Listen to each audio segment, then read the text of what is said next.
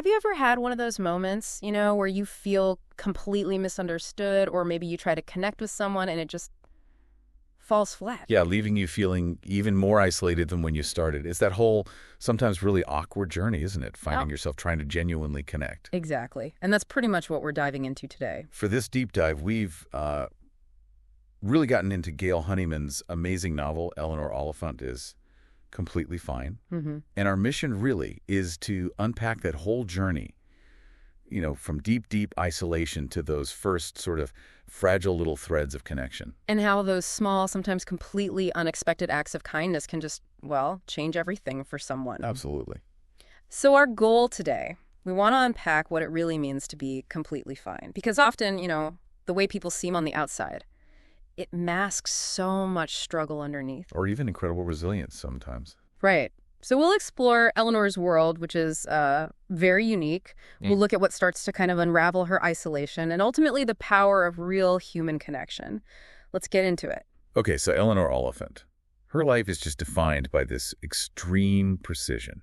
Routine is everything. And this intense isolation. Her internal monologues are, there's something else. Very observant, often pretty critical. Yeah, almost clinical sometimes. And what hits you straight away is her loneliness. It's not just like being alone. It's described as something deeper. It's this intense desire to bring the experience to a close.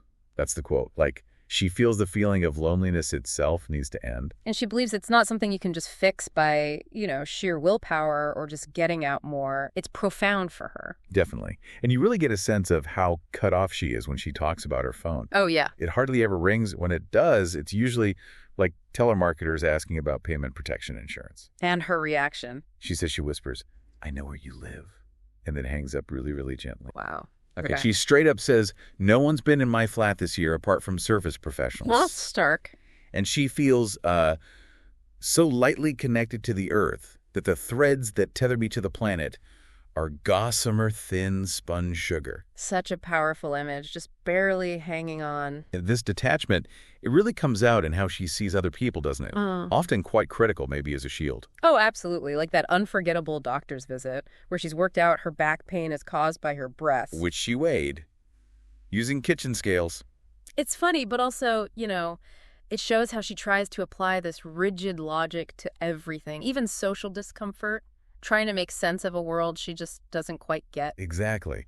And she's baffled by totally normal things like colleagues having specific tea preferences. Or judging Loretta for having overinflated ideas of her own administrative abilities. It just highlights her unique, sometimes pretty judgmental view. And it's not just social stuff. Remember the Top Gear mug?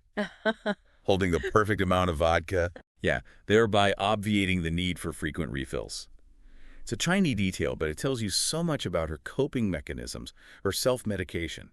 Very practical, almost cold. So how does she actually navigate social events then? That wedding reception scene is quite revealing. Oh, totally. She notes that guests were obliged to buy their own drinks.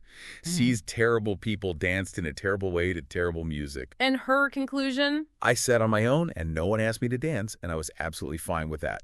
She genuinely believes it. That she's fine, totally self-sufficient. So, given all this intense isolation, how does the idea of connection even start to creep in? Well, it begins, perhaps predictably, with a fantasy, a fleeting encounter with a musician. Ah, the musician. Yes, she sees him perform, and it's instant. For her, he was light and heat, he blazed. Everything he came into contact with would be changed. Pure idealization, right? Yeah. Projecting everything onto this stranger. Totally. And what happens next is this almost comical, sometimes genuinely painful attempt at self-improvement, all for him. Trying to buy a computer to research him online. Which leads to that absolutely disastrous Hollywood bikini wax experience. Oh, God, yes. She's horrified to be completely bare. And then accuses the poor esthetician of implying the musician is a pedophile. It's just, wow. It really shows how little she understands basic social norms, how naive she is about it all. She even starts reading these lurid women's magazines for tips. Even though they don't have cryptic crosswords, which is her usual thing. Right, and her self-assessment, looking in the mirror. Declaring herself normal sized and normal faced, on one side anyway. The on one side anyway is key there. And the new haircut that makes her feel shiny. It's all part of this external makeover. Leading up to her big plan for the concert, the new outfit, the poem she plans to give him. Emily Dickinson's Wild Nights, Oh. Wild Nights. She really commits to this fantasy, doesn't she? Believing this is her moment, her connection. But of course, the real change doesn't come from the idealized musician. No, it comes from completely unexpected places. Two people, Raymond and Sammy. Exactly. They just stumble into her life by pure chance. It wasn't planned. It wasn't idealized. Which often how genuine connection happens. So it just happens. And her first impression of Raymond, the IT guy, is not great. It really shows her judgmental side again. How does she describe him? Wearing green training shoes, ill-fitting denim trousers, and a T-shirt showing a cartoon dog. She even thinks he looks porcine. Ouch. And finds his initial chat just inane wittering. Yeah. So, yeah, not exactly love at first sight. But then comes that pivotal moment, the real turning point. The incident on the street. Raymond and Eleanor see Sammy, an older man, collapse. And Raymond just jumps into action, doesn't he? No hesitation. But Eleanor, she freezes. She can't call for help. It's a really chilling moment that hints at something deeper. She thinks, who was it? I couldn't do it again. I simply couldn't live and listen to a voice saying, "Which service do you require, caller?" Then approaching sirens. And she touches her scars. And throws the phone back at Raymond. It's visceral, a real glimpse into her trauma. But despite that, despite her initial reaction, this shared event starts to forge something. Awkwardly, maybe, but genuinely. Yeah. Sammy, when he's recovering, he's so warm. He tells them, "You two saved my life. We're family now." And his hands, described as large and warm, that's a contrast to her usual aversion to touch, right? A tiny shift. A very tiny shift. And Raymond, he keeps trying. He invites her for a drink. Even though she orders a cider and a vodka and then questions his appropriate beverage recommendations. He persists. Yeah. And that leads to their first shared lunch, which is huge for her. She notes it's the first time in 9 years she's eaten lunch with someone else. And crucially, she says, "I hadn't done the crossword. Strangely, I felt no concern about the crossword whatsoever." Putting down the crossword, her usual shield for person, that's massive. And she starts noticing these small gestures. Raymond's mom making her tea without asking about sugar. Laura, the hairdresser, adding extra biscuits. Such things could mean so much. It's dawning on her. And through all this, Raymond, this guy she initially dismissed as a poorly turned out computer repairman, he becomes her first pal. So as these tentative connections are forming, the story starts to reveal why she's so isolated, the trauma underneath it all. Yeah, and it's deeply rooted. Her scarred face is the most visible sign. Described as the ridged white contours of scar tissue that slither across my right cheek. Starting at my temple and running all the way down to my chin. She sees it as a scarred palimpsest of fire, a constant reminder. And her childhood. It sounds incredibly unstable. Foster home after foster home. Presbyterians, Anglicans, Catholics, Methodists, Quakers. She lists them. Always the outsider. Getting nicknamed Beansy because she didn't know basic foods like fish fingers. Just layers of feeling different. And made worse by her mother's attitude. Calling TV the cathode carcinogen, cancer for the intellect. Which meant Eleanor had zero pop culture knowledge. Making her a source of disgust to the other children. Just constant alienation. But the core of it, the really destructive part, is the relationship with her mother. Oh, absolutely. Her mother, who's institutionalized but still formidable. The thing she says to Eleanor. The reveal about her conception, not a chosen donor, but a compulsory donation, calling her father rotting flesh and stinking moldy cheese, it's unbelievably toxic. And the cruelty.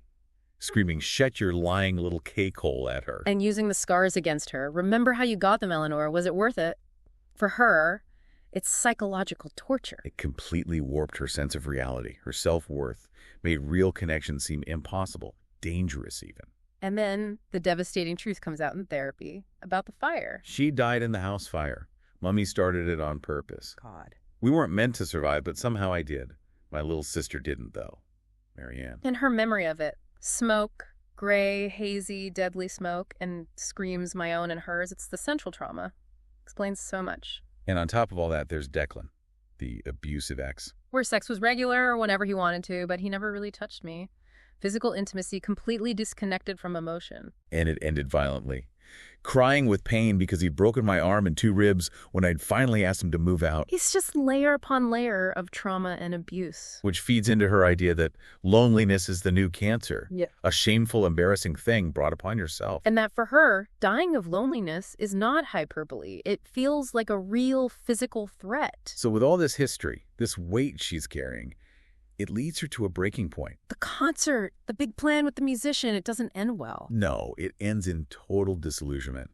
She realizes he didn't know and would never know that I existed. It was all just fantasy. She calls it the horror of my own self-delusion. That must have been crushing. Absolutely devastating. Uh-huh. And then her plant dies. Polly. The parrot plant, Impatiens anamnia mensis, her only living link with my childhood. And she knows she neglected it. It's another blow, pushing her right over the edge. She plans her suicide, lays everything out meticulously on the kitchen table, painkillers, knife, drain cleaner. And they find her naked on the floor, surrounded by empty vodka bottles. Rock bottom. But this is where Raymond comes in again. Yes. He shows up, unannounced, finds her like that. His reaction is just, Jesus Christ. He doesn't just call for help, though. He stays, he cleans her flat, gets rid of the vodka bottles. Brings food and fresh flowers. Which makes her cry because no one had ever bought me flowers before. Such a simple thing, but huge for her. He confronts her, gently but firmly. Talks about alcohol poisoning, suicide. But she's still denying it, right?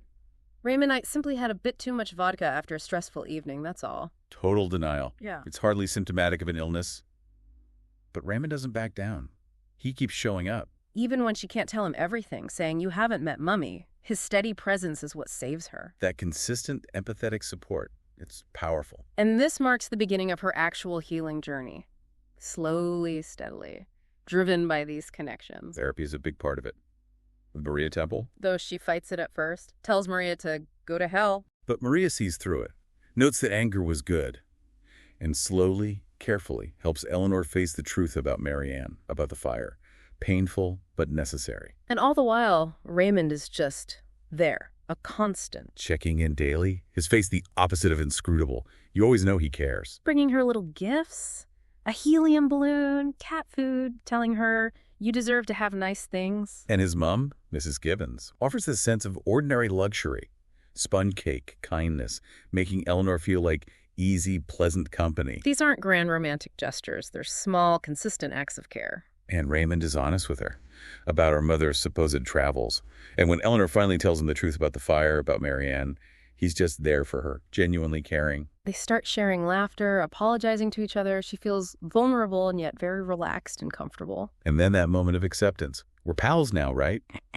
The realization, I've got a friend. It's a massive breakthrough. And then comes Glenn the cat. Ah, Glenn. Raymond brings her this cat, this slightly worse-for-wear creature with alopecia-based charm. And Eleanor takes him in. She realizes she needs me. It isn't annoying. It isn't a burden. It's a privilege. I'm responsible. Having something to care for helps her heal herself. She starts reclaiming her physical space, too, right? Cleaning the flat. Yes. Getting rid of the old crosswords, the clutter.